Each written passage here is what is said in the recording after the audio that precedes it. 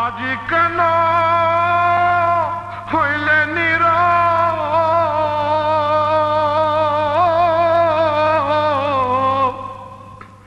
মেলো দুটি। নুহাশপল্লী হুমায়ুনের নিভৃতচারণের জায়গা, লেখনির জায়গা।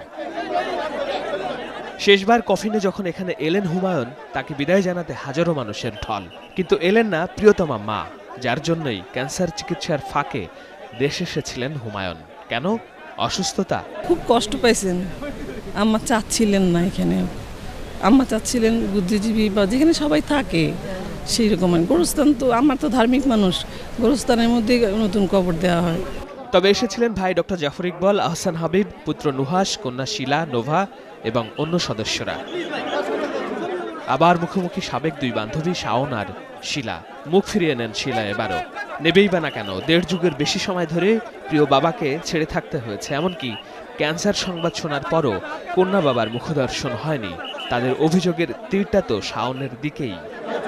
সেই পুরনো দ্বন্দ্ব নতুনভাবে প্রকট হওয়ার কারণ দাফনের জায়গা নেই স্ত্রী শাওনের অনড় অবস্থান। হুমায়ুন আহমেদকে নুহাশপল্লীতে থাকতে চেয়েছে, তার এইটুকুনি ইচ্ছা পূরণ করার সর্বাধিক যতক্ষণ সম্ভব আমি চেষ্টা করে যাব। পুরো একটি দিন নিথর হুমায়ুন পড়েছিলেন হিমঘরে। দাফনের স্থান নিয়ে সিদ্ধান্ত না হয়, ভোররাতের আগে সিদ্ধান্ত হয় নুহাশপল্লীতেই হবে দাফন।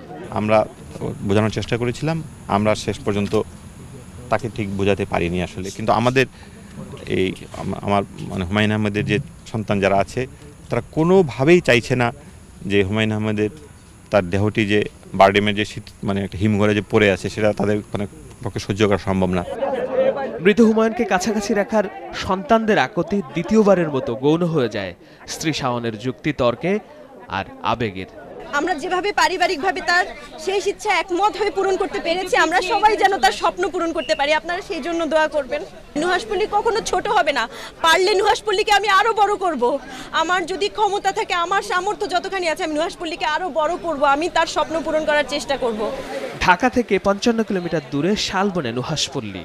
এরপরও হুমায়ুন আর শাওনের সহকর্মীরা তৃপ্ত, বরং ব্যাপকভাবে তৃপ্ত হুমায়ুনকে শেষ পর্যন্ত এখানে আনতে পেরে।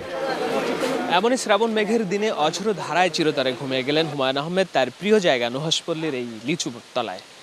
জীবিত হুমায়ুনের পরিবারে ঐক্য ছিল না, বিতর্ক ছিল। দীর্ঘ ৩০ বছরের দাম্পত্য জীবন আর সন্তানদেরকে ছেড়ে দ্বিতীয় বিয়ের কারণে মৃত্যুর আগ পর্যন্ত সেই পরিবারে ঐক্য তৈরি হয়নি। তবে মৃত্যুর পরে তার সন্তানরা তার বাবাকে আগলে রাখতে চেয়েছিলেন তাদের আশেপাশে কোথাও।